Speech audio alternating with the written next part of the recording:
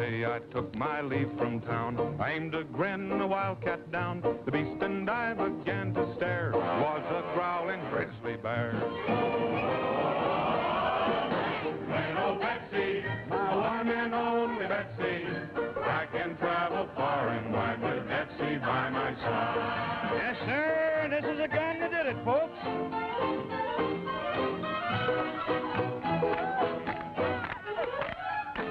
Tell them about when you went to gather woodland sticks. Oh, yeah.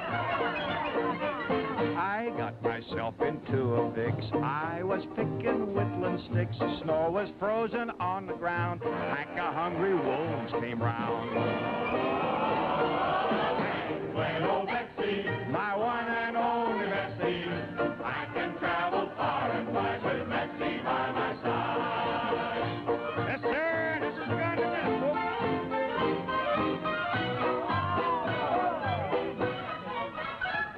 Hey, Davey, tell them about the trouble you had with the engine.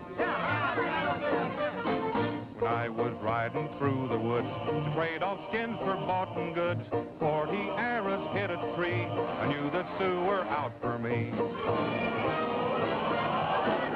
Little Betsy, the one and only Betsy, I can travel far and wide with Betsy by my side.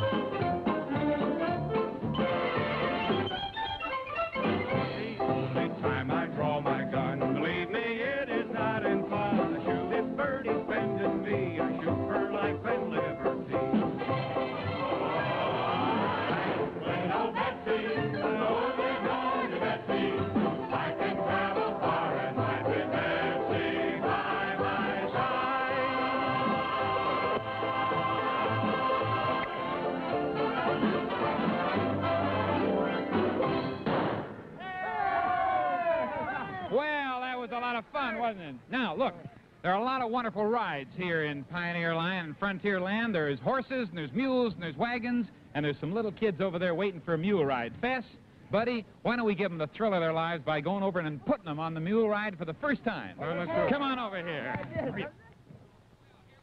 We'll return to Frontierland, to the stage of the Golden Horseshoe, to Old New Orleans and the maiden voyage of the Mississippi Riverboat, the Mark Twain, in just a moment. Stole a herd of cattle, but they didn't know the herd they stole was Bill's. When they caught the... Yes, sir. This is Bob Cummings again. Now, Art Linkletter has just gone down to the landing to give a wonderful send-off to the riverboat Mark Twain on its maiden voyage. But before we join him, I'd like to have you see Slewfoot Sue's Golden Horseshoe. It's really the showplace of the frontier. You know, in the folklore of the Old West, there were so many legends that were real, and they became men. And so many men that were so real, they became legends. And, of course, Slewfoot Sue was the girlfriend of Pecos Bill, the tallest man of the tallest tales of the Old Southwest. Now, if you can listen now, you'll hear that they're playing a song all about Pecos Bill. So come on, let's go inside and see what's happening, huh?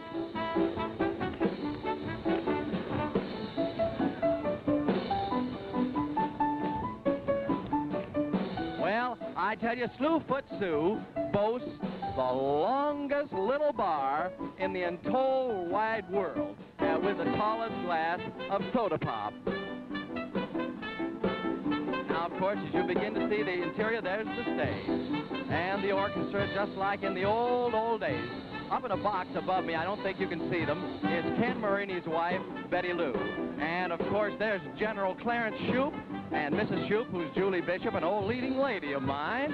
Aren't those gorgeous, those girls doing the can-can? And the audience is so enthusiastic here, ladies and gentlemen. Incidentally, this beautiful ceiling is also 5/8 scale. And everything here has been built especially by Walt Disney for this old dance hall of the old days.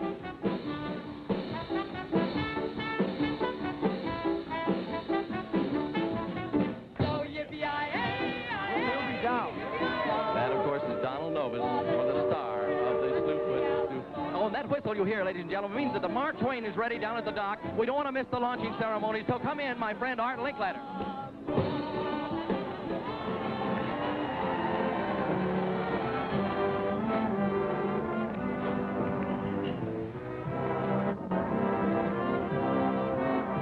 A stern wheel riverboat, something most living Americans have never seen.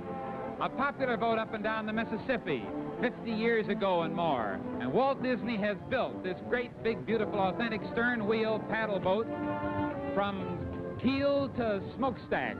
$250,000 worth of boat that hasn't been built in America for 50 years. Loaded with gay and carefree, happy passengers, a band playing up there in the second deck, which is the Grand Salon deck, all paneled in special woods, ready for the parties of the year. And incidentally, Walt Disney and his wife Lily celebrated their 30th anniversary last Wednesday, right here in a special party aboard the Mark Twain. But right now, it's my pleasure to introduce the lovely lady and famous star whom Mr. Disney has asked to christen the Mark Twain. Ladies and gentlemen, Miss Irene Dunn. Hello, Irene. How are you? It's listing. It's listing a little because it'll be shoving off in a moment. Yes, well, this is an authentic stern wheeler. Did you know that? 105 feet long. Well, how do you know all this? Well, you see, my father used to be supervising general steamships in America, and my grandfather used to build boats like this. I'll bet your dad would love to be here today, up there standing by the wheelhouse. I can almost see him standing up there now with the captain alongside of him, just as though it were the greatest place in the world. Well, now, Miss Dunn, you're holding a very special bottle here in your arms. Yes, I am, Walt. You see, this bottle contains waters from all the leading rivers in America. Brought here from all these towns by the great rivers. That's right. So with these precious waters, I'm going to christen this boat the Mark Twain. And there the boat is christened, and it starts on its daily trips up and down the rivers of the world, of America, that is. Thank you, Miss Dunn. Thank you. And now, ladies and gentlemen, I've got other places to go, and the Commodore, Admiral Joe Fowler, up there in the wheelhouse, looks like they're getting ready to shove off, so I better... Goodbye, Irene. And goodbye, everybody. Have a good ride. There goes the whistle. Take her away, Admiral.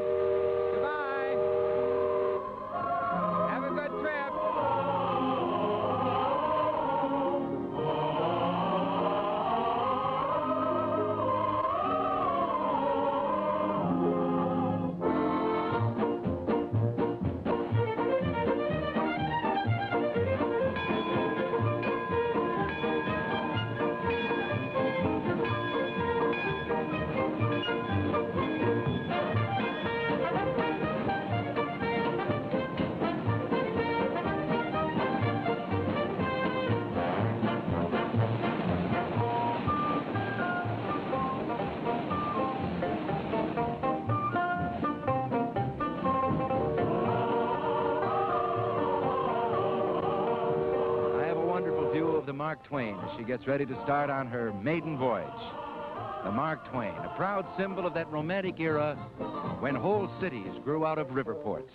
The churning paddle wheels brought new people, new customs, and new industries to those fabulous ports of call: Pittsburgh, St. Louis, and Natchez.